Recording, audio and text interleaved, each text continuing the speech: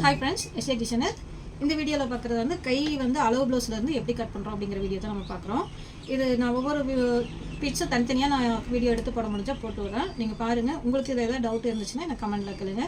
இப்போ வாட்ஸ்அப் நம்பரில் இருக்குது. வாட்ஸ்அப் நம்பரில் நீங்கள் செக் பண்ணி கேட்டாலும் நான் பதில் சொல்கிறேன். இது அளவு ப்ளவுஸில் எப்படி அளவு ப்ளவுஸ் வச்சு நம்ம கட்டிங் போடுறோம் அப்படிங்கிறது பார்க்கலாம். ஃப்ரண்ட்டு பேக்கெல்லாம் போட்டு வச்சுட்டோம். கை மட்டும் இப்போ லாஸ்ட்டாக போடுறேன். கை வந்து தேயில் அளவுக்கு மார்க் பண்ணியிருக்கு. அளவு ப்ளவுஸில் இருக்கிற ஹேண்டை அப்படியே எடுத்து வச்சுக்கோங்க.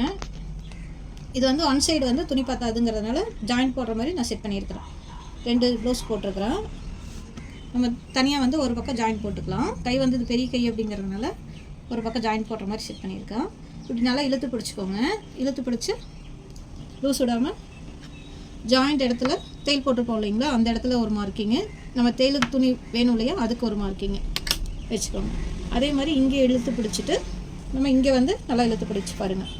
பார்த்தீங்க அப்படின்னா இங்கேயும் வந்து நம்மளுக்கு இப்படி எக்ஸ்ட்ரா ஜாஸ்தியாக கம்மியாக போயிடக்கூடாது. நல்லா அந்த ஆம் ஹோல் கிட்ட கரெக்டாக மார்க் பண்ணிக்கோங்க. மார்க் பண்ணிவிட்டு இங்கேயும் தையலுக்கு ஒரு மார்க்கிங்.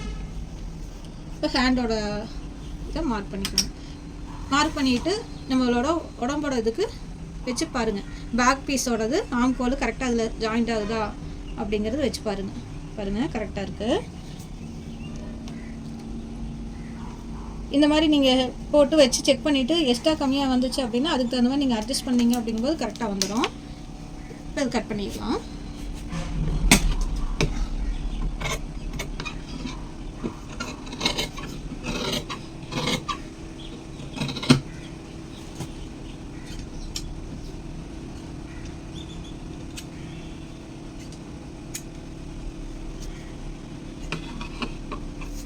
கைக்குள்ளே எடுத்துக்கிறேன்.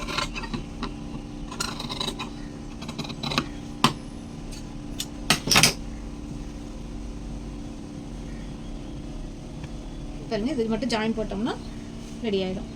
இந்த மாதிரி டெய்லரிங் வீடியோ வந்து உங்களுக்கு வேணும் அப்படின்னா என்னோட கமெண்ட் பாக்ஸில் போடுங்க. என்னென்ன வீடியோ வேணும் அப்படிங்கிறது எனக்கு டைம் இருக்கும்போது உங்களுக்கு வீடியோவை எடுத்து போடுறேன். தேங்க்யூ.